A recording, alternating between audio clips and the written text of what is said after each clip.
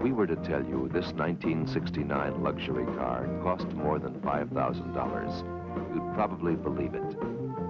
If we were to tell you this car has a longer wheelbase than its competition, you'd have to believe it.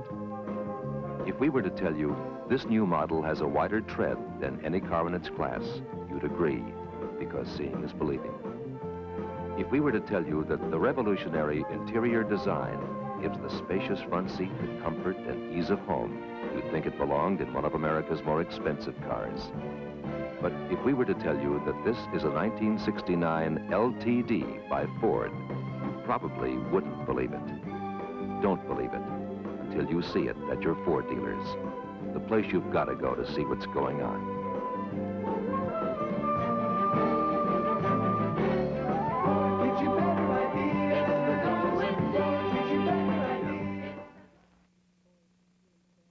That man who sold me my new Ford was really very nice, but he doesn't know a thing about women. I didn't get a new Ford because it's the biggest Ford ever built, or even because it has the widest track, or because it has a shorter turning circle, which did interest me because it makes the car a groove to drive. The interior got me, though. So roomy, so pretty. And the driver's seat, we called it a captain's chair. Wonder what the feminine of captain is. You know, I never owned a Ford before, but I bought this one because I think it looks great on me.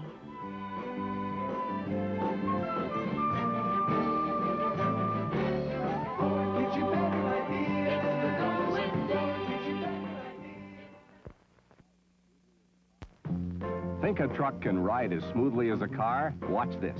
We attached a rod to the front wheel of a '69 Ford pickup and another to the cab, sent it over railroad ties, and proved Ford's twin I-beam lets it work like a brute, ride like a car.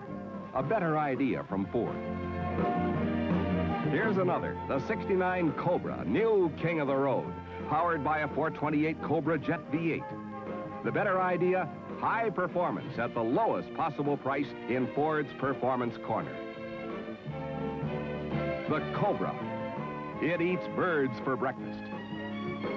Our engineers came up with still another better idea. The big front room in the 1969 Ford.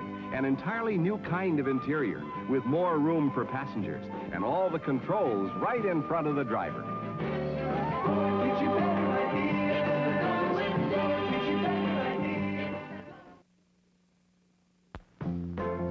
This isn't exactly how it was done. But when the engineers at Ford set out to make the 1969 LTD the newest new luxury car of the year, they had a lot of new, better ideas that had you in mind. New ideas about space, new ideas about comfort. They created an entirely new interior, a big front room, with more room for the passenger where he needs it. And the better idea to re-engineer the controls and instrumentation for the driver where he needs it. This is the big front room. See the big front room in the new 1969 LTD at your Ford dealers. The place you've got to go to see what's going on.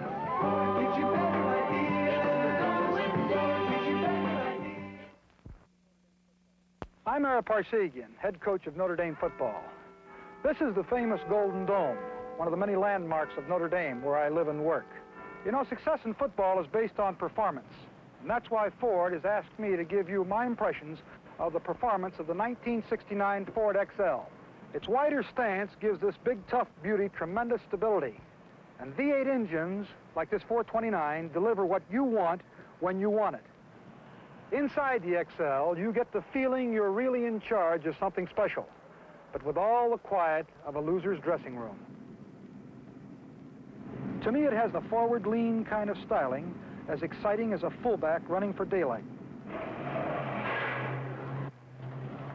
Thank you for visiting me and Notre Dame, and I hope you'll take a look at our new XL in the Performance Corner at your Ford dealers. Ford gives you better ideas. Ford gives you better ideas. Ford takes over the town. Ford, it's the golden thing. Glittering success on parade. Ford 69. Hot luxury. Lush and plush and elegant. The one luxury car that's young. Ford is the class of its class. Whose idea? Ford gives you better ideas. It's the golden thing, yeah! D-Day Revisited is brought to you by Ford, on behalf of your local Ford dealer, who invite you to see his latest hit, Maverick, Ford's new small car, and his whole lineup of Fords, Fairlanes, Falcons, and Mustangs, all at your Ford dealers, the place you gotta go to see what's going on. Watch the most exciting finish in Daytona 500 history as Leroy Yarborough, driving a white, specially modified Torino Cobra from Ford, comes from behind to win it in the last 3/4 of a mile.